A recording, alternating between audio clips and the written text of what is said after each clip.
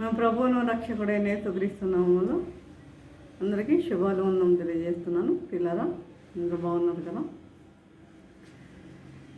మరి ఈరోజు మనము స్వస్థత వరముల గురించి మనం ధ్యానించుకుందాం. స్వస్థత వరముల గురించి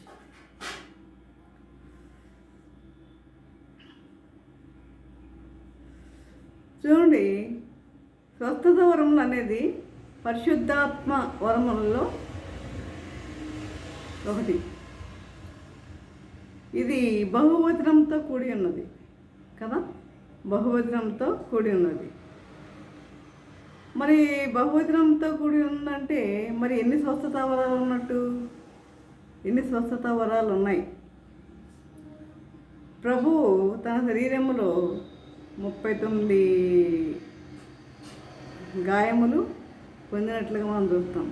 అదే యెషయా గ్రంథము 53వ అధ్యాయం 5వ వచనంలో చూసినట్లయితే అంటే ఆయన పొందిన దెబ్బల చేత మనకి స్వస్థత కలుగుతున్నది. ఆయన 39 కొరడా దెబ్బలు కొట్టారు కదా, ఆయన పొందిన దెబ్బల చేత మనకు స్వస్థత అనేది కలుగుతున్నది. అదేవిధంగా యెషయా గ్రంథం 53వ అధ్యాయం 5వ వచనంలో మనం చూసినట్లయితే యేసు ప్రభు రకరకాల వ్యాధులు, రోగాలు, ఇక అసలు ప్రతి ఒక్కరిని కూడా ఆయన మరి బాగు చేసినట్లుగా మనము చూస్తాం. ప్రతి ఒక్కరిని ఆయన బాగు చేయలేని వారు అంటే ఎవరు కూడా ఈ లోకంలో లేరు. అదేవిధంగా మత్తయి సువార్త 17వ అధ్యాయంలో నీళ్లలోనూ నిప్పుల్లోనూ పడుతున్న బాలును చూసాం మనం. నీళ్లలోనూ నిప్పుల్లోనూ పడుతున్న బాలుని చూసాం. మరి ప్రభు ఏమన్నాడు? ప్రార్థన వలన కానీ మరి దేని వలన కూడా ఇది పోదు అన్నాడు. ప్రార్థన వలన కానీ ఉపవాసం వలన కానీ మరి దేని వలన కూడా ఇది పోదు అని చెప్పాడు. కాబట్టి అది ఇది స్వస్థత వరం అనేది లిమిటెడ్ గిఫ్ట్. ఇప్పుడు స్వస్థత వరములు అంటే మనకి ఆత్మఫలములు ఎలాగో అలాగే స్వస్థత వరములు పరిశుద్ధాత్మ వరములో అదొకటి స్వస్థత వరం అనేది.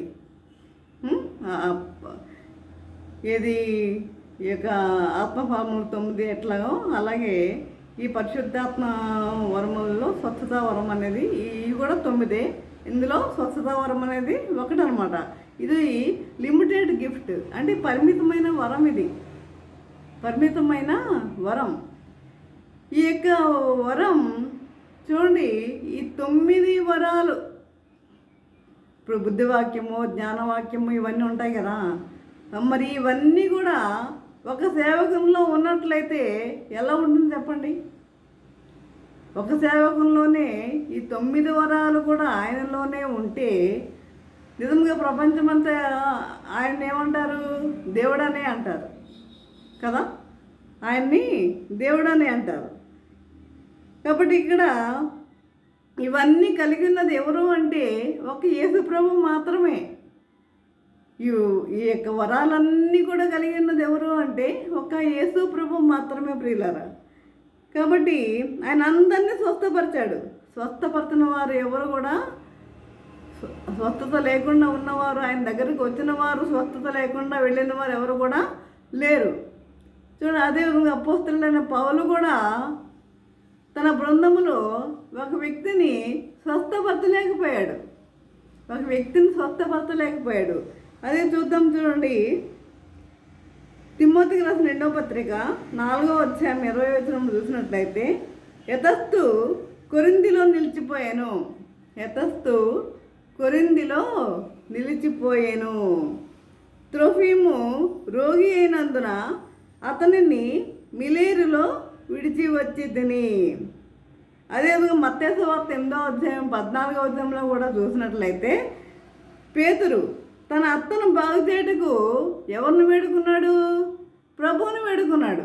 తన అత్తను బాగు చేయడానికి ప్రభువుని వేడుకున్నట్లుగా మనం చూస్తాం. కాబట్టి ప్రియులారా, ఇది దైవ ఉద్దేశమై ఉన్నది. 9 వరములు ఒకరిలోనే క్రియ చేసినట్లయితే ఒకరిలోనే క్రియ చేస్తే, ఈ 9 వరాలు ఒకరిలోనే క్రియ చేస్తే, అంటే ఒకరిలోనే పని చేస్తే అతడు దేవునితో సమానంగా ఉంటాడు. అంతే కదా, అతడు దేవునితో సమానంగా ఉంటాడు. జబ్బుగానున్న వారందరినీ ప్రతి చోట అతడు స్వస్థపరచగలిగితే అతడు దేవుడని ఈ లోకమంతా ఒప్పుకుంటారు. ఎక్కడ పడితే ఎక్కడికి వెళ్తే అక్కడ ఆయన అందరినీ స్వస్థపరిస్తే అతన్ని అందరూ ఏమంటారు? దేవుడని ఒప్పుకుంటారు. ఒక వ్యక్తి అందరిని స్వస్థపరచగలిగితే అతనికి వచ్చే గౌరవము ఘనత అతను తట్టుకోలేడు. అంత గౌరవము ఘనత కూడా అతను తట్టుకోలేడు. అటువంటివి అనేక చోట్ల కనపడ్డాయి మనకి. ఇలాంటి వరాలు పొంది మరి ఫెయిల్ అయిన వాళ్ళని కొంతమందిని మనం ఈరోజు చూద్దాం ఎవరు అనేది.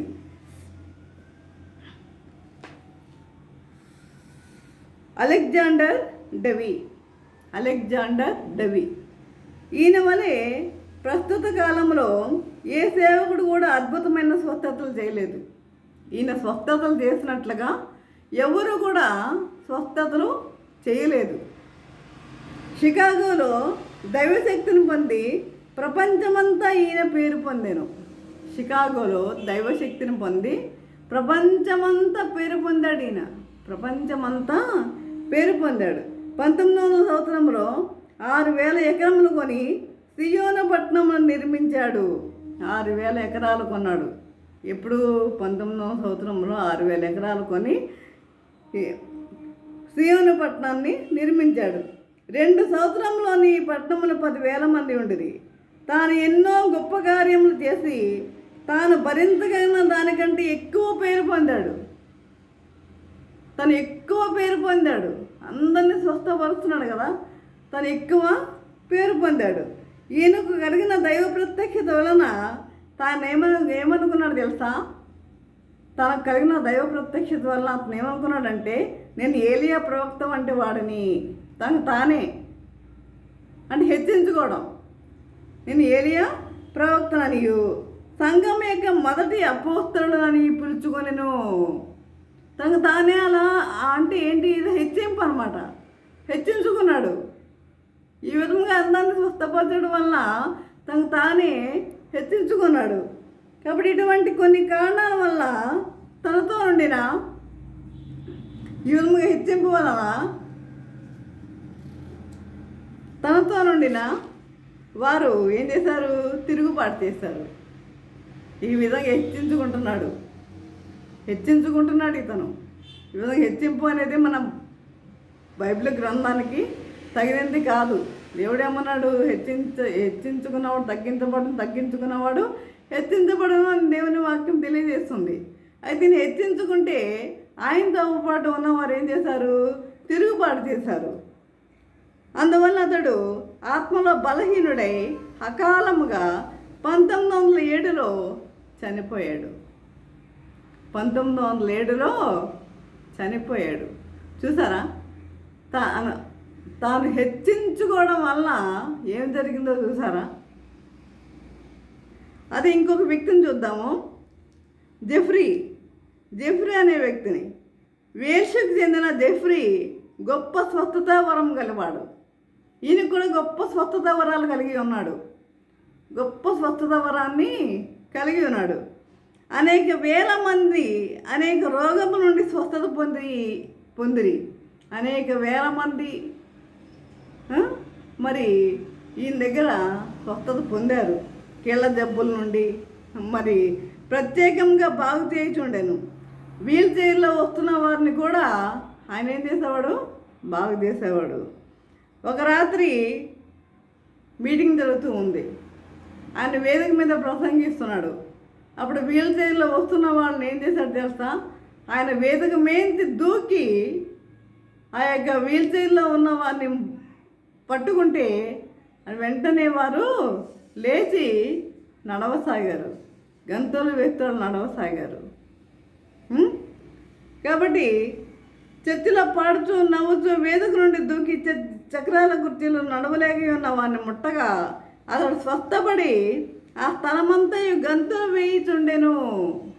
ఆయన ఆయన పట్టుకోగానే గంతులు వేస్తూ నడుస్తున్నాడు. అనేకులు ఈ యొక్క స్వస్థత వరాలను చూసి అనేకులు ఆయనకి ధనాన్ని విపరీతంగా ఇచ్చేయడం మొదలుపెట్టారండి. అనేకులు అతనికి ధనాన్ని విపరీతంగా ఇవ్వడం మొదలుపెట్టారు. కానుకలు ఇచ్చేశారు. అతడు ధనవంతుడయ్యాడు. ప్రపంచమంతా నా కాళ్ళ వద్ద ఉన్నదని ప్రకటించుకున్నాడు. చూడండి, ఇది కూడా ఏంటి? హెచ్చింపు. ప్రపంచమంతా ఎక్కడుందంట? తన కాళ్ళ వద్ద ఉందంట. ఎందుకని? తాను స్వస్థపరుస్తున్నాడు కదా, అందుకని అనమాట. ప్రపంచమంతా నా కాళ్ళ వద్ద ఉందని ప్రకటించుకుంటున్నాడు. అతి త్వరలోనే సాతాను ఆయనను తాకెను.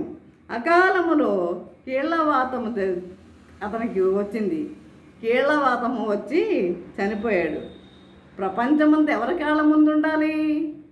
ఆయన కాళ్ళ ముందా? ప్రపంచమంతా ఉండవలసింది దేవుని కాళ్ళ ముందు ఉండాలి.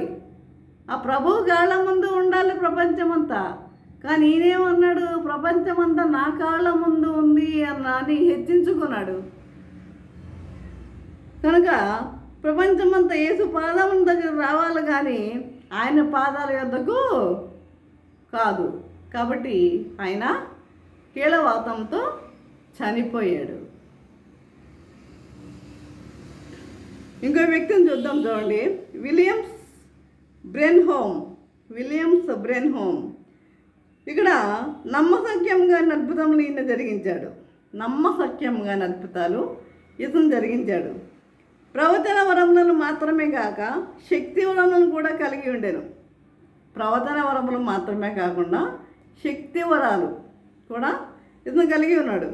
పరిశుద్ధాత్మ ద్వారా వరముల చేత ఒకరు వాడబడినప్పుడు కొన్నిసార్లు తగ్గించుకుంటా నిస్వార్థంగా ఉంటా కొంచెము కష్టం. కొన్నిసార్లు తగ్గించుకుంటా నిస్వార్థంగా ఉంటే కొంచెం కష్టం, అయినను సాధ్యమే. తర్వాత దేవుని వాక్యములకు విరుద్ధమైన సిద్ధాంతాలు బోధించడం మొదలుపెట్టాడు. దేవుని వాక్యానికి విరుద్ధమైన సిద్ధాంతాలు బోధించడం మొదలుపెట్టాడు. ప్రకటన 11వ అధ్యాయంలో వ్రాయబడిన సాక్షుల్లో ఆయన ఒకరు అని చెప్పాడు. ప్రకటన 11వ అధ్యాయంలో వ్రాయబడిన సాక్షుల్లో ఆయన ఒకరు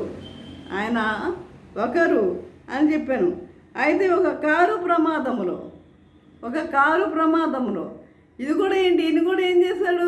హెచ్చించుకున్నాడు. ప్రకటన గ్రంథంలో ఉన్న సాక్షుల్లో ఈయన ఒకరా? ఆయన హెచ్చించుకున్నాడు. కాబట్టి కారు ప్రమాదంలో కోమాలో నుండి చనిపోయాడు. ఆయన తిరిగి లేస్తాడని ఆయన శిష్యులు చెప్పారు. ఆయన తిరిగి లేస్తాడు. ఆయన కన్యకి జన్మించాడంట. ఆయన తిరిగి లేస్తాడు. ఆయన కన్యకకు పుట్టిననియు, ఆయనే దేవుడనియు, పునరుత్థాన ఆదివారం తర్వాత లేస్తాడనియు ఆయన శిష్యులు చెప్పారు. అంటే ఇవన్నీ వారికి ఆయన చెప్పి ఉండొచ్చు ఆయన బ్రతికుండగా, కానీ అవేమీ జరగలేదు. కాబట్టి ఇలాంటి వరాలు ఎక్కువగా ఈ యొక్క సేవకులకు ఇవ్వడం వల్ల జరిగే నష్టము ఇదన్నమాట. వాళ్ళు ఏం చేస్తారు? హెచ్చించుకుంటారు. ఇలాంటి వరాలు ఇవ్వడం వల్ల, ఎక్కువగా వరాలు ఇవ్వడం వల్ల ఏం చేస్తారు? వాళ్ళు హెచ్చించుకొని వారి యొక్క నాశనానికి దారి తీస్తుందన్నమాట. అదేవిధంగా ఫ్రెడ్ స్కైర్ ఈయన చూద్దాం. అయితే అనేకులు దేవుని ఎదుట దీనులై ఉండిరి. ఈయన పాటకు సమాన నాయకుడిగా ఉంటూ, అంటే పాటలు పాడుతూ పాటకు సమాన నాయకుడిగా ఉంటూ స్వస్థత వరం కలిగి ఉండెను. ఇతను కూడా స్వస్థత వరాన్ని కలిగి ఉన్నాడు.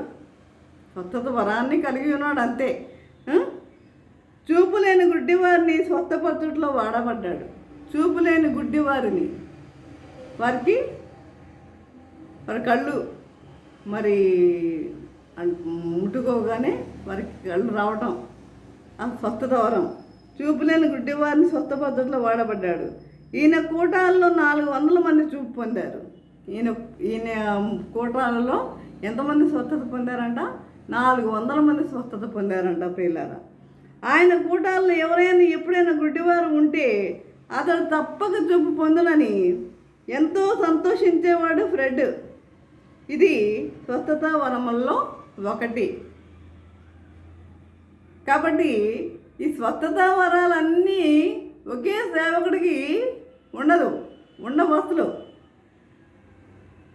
ఉండటానికి వీలు లేదు. దేవుడు కూడా అది ఇష్టపడటు. ఒకవేళ అవన్నీ ఒకరి దగ్గరే ఈ 9 వరాలు ఒకరి దగ్గరే ఉన్నట్లయితే వాళ్ళు ఏమనుకుంటారు? గొప్పగా ఫీల్ అవుతారు. వారికి ఘనత వారికున్న ఘనత చూసి వారు ఏమైపోతారంటే నాశనానికి దారితీస్తుంది వారి జీవితం. స్మిత్ విగిల్స్వర్త్ ఈయన మోగవారి మధ్య మూర్ఛ వచ్చిన వారి మధ్య ఎక్కువగా వాడబడ్డాడు. ఎవరి మధ్య? మోగవారి మధ్య మూర్ఛ వచ్చిన వారి మధ్య ఎక్కువగా వాడబడ్డాడు.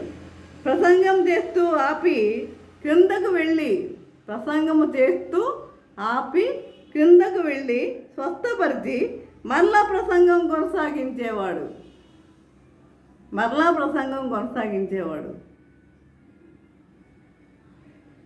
ముట్టిన వారు వెంటనే బాగయ్యేది. తర్వాత ఇంకొక వ్యక్తిని చూసి ముగిస్తా నేను. జాక్ కో ఇతను అద్భుతమైన స్వస్థత వరము కలిగి ఉండెను. అద్భుతమైన స్వస్థత వరాన్ని కలిగి ఉండెను. ఒకసారి 12 మంది చక్రాల కుర్చీల నుండి స్వస్థపడి నడిచిరి. వీల్ చైర్లో నుండి మరి 12 మంది చక్రాల కుర్చీల నుండి స్వస్థపడి నడిచిరి. అయితే అతడు హెచ్చించుకున్నాడు. ఇవన్నీ మీకు ఎందుకు చెప్తున్నానంటే వీరందరి గురించి 9 వరాలు ఒక సేవకుడిలోనే పని చేయవు, క్రియ చేయవు. ఏదో ఒక వరం ఉంటుందంతే. ఏదో ఒక స్వస్థత వరం ఏదో ఒకటి ఉంటుంది తప్ప ఈ 9 వరాలు ఒకరిలో క్రియ చేయవు. ఇవన్నీ ఉన్నాయంటే అతను దేవుడేనే అంటారు. ఇవన్నీ ఉన్నది ఎవరంటే ఒక ప్రభువు మాత్రమే కలిగి ఉన్నాడు. ఈ వరాలన్నీ కలిగి ఉన్నది ప్రభువు మాత్రమే. ఇక్కడ అయితే అతడు హెచ్చించుకొనెను. అతడు దేవునిచే శిక్షించబడి హెచ్చించుకున్నాడు కదా. ఎప్పుడైతే మనం హెచ్చించుకుంటామో వెంటనే స్పాట్లో దేవుడు మనకి ఏదో ఒకటి తప్పనిసరిగా ఇస్తాడు. ఏదో ఒకటి మన పనిష్మెంట్ తప్పనిసరిగా ఇస్తాడు. కాబట్టి మనం హెచ్చించుకునే విధంగా మనం ఉండొద్దు. మనం హెచ్చించుకునే విధంగా మన జీవితాలు ఉండవద్దు. ఇవన్నీ ఎగ్జాంపుల్స్ ఎందుకు చెప్తున్నానంటే వాటి గురించి మీరు ఎందుకు ఎలా హెచ్చించుకున్నారు అనేది. మరి అతడు దేవునితో శిక్షించబడి పోలియోతో బాధపడి చనిపోయాను. ఆయనను సేవలో నుండి తీసివేస్తున్నట్టు ప్రభు బయలుపరిచాను. కాబట్టి మనము ఎలా ఉండాలి? ఇవన్నీ విన్న మనము ఎలా ఉండాలి అంటే దీనముగా ఉండి సేవ చేసే వారిగా ఉండాలి. గర్వం పనికిరాదు, అహంకారం పనికిరాదు, విశ్వాసుల మీద అరవడం పనికిరాదు. దీనులుగా ఉండి మనం ప్రభు యొక్క సేవను మనము కొనసాగించే వారిగా ఉందాం. అది సేవ అంటే. అలా సేవ చేయమని ప్రభు తెలియజేస్తున్నాడు మనకి. కాబట్టి ఈ స్వస్థత వరాలు ఈ యొక్క నేర్చుకున్నారు కదా. ఈ యొక్క 9 వరాలు ఒక్కరిలోనే క్రియ చేయవు అన్న విషయాన్ని మీరు గుర్తుపెట్టుకోండి. ఒక్కరిలోనే ఉండవు, ఒక్కరిలోనే క్రియ చేయవు. కాబట్టి ఈ విధంగా మనము మన జీవితాలు ఎలా ఉండాలంటే తగ్గించుకుని జీవించేవారిగా మనం ఉందాం. అలా ఆ విధంగా జీవించడానికి మన పరిశుద్ధాత్మ దేవుడు సహాయం చేసి నడిపించును గాక. ఆమేన్. నేను ప్రార్థన చేసుకుందాం. పరిశుద్ధుడా, ప్రేమగల తండ్రి, నీ పరిశుద్ధ పదము స్థుతము దేవా ప్రభా తండ్రి ఇంతవరకు నాయన ప్రభా నీ వాక్యం తండ్రి మాతో మాట్లాడిన విధానాన్ని బట్టి నేను మీకు వందనం తెలియజేసుకుంటున్నాము తండ్రి. ప్రభా మా స్వస్థత వరం గురించి మేము నేర్చుకుని ఉన్నాం నాయన ప్రభా తండ్రి. స్వస్థత వరాలు 9 నాయన ప్రభా ఒకరిలోనే క్రియేట్ చేయమన్న విషయాన్ని మీరు మాకు తెలియజేశారు నాయన ప్రభా తండ్రి. మరి స్వస్థత వరం కలిగి ఉన్నవారు ఏ విధముగా మరి వారు హెచ్చించుకుని ఏ విధంగా చనిపోయారో అన్న విషయాన్ని కూడా మేము నేర్చుకుని ఉన్నాం నాయన ప్రభా. కాబట్టి హెచ్చింపు అనేది మా జీవితాలకి తగదు కాబట్టి తండ్రి తగ్గించుకుని మేము జీవించేవారుగా ఎవరైనా సరే విశ్వాసులు కావచ్చు సేవకులు కావచ్చు ఎవరైనా సరే తగ్గించుకుని సేవ చేసుకునే వారిగా ఉండకు కృప చూపుకొని నజరేయుడైన యేసయ్య నామమున మరి వినమ్ముగా వేడుకొంచున్నాము తండ్రి. ఆమేన్. తండ్రి అయిన దేవుని ప్రేమయు కుమారుడైన యేసుక్రీస్తు కృపయు పరిశుద్ధాత్మకైన సహవాసము సకల దీవెనలు సదాకాలము ప్రభా తండ్రి. ఎంతమంది అయితే ప్రభా వాక్యం విన్నారో ప్రతి ఒక్కరికి తోడు నిలిచి ఉండను గాక. ఆమేన్, ఆమేన్, ఆమేన్.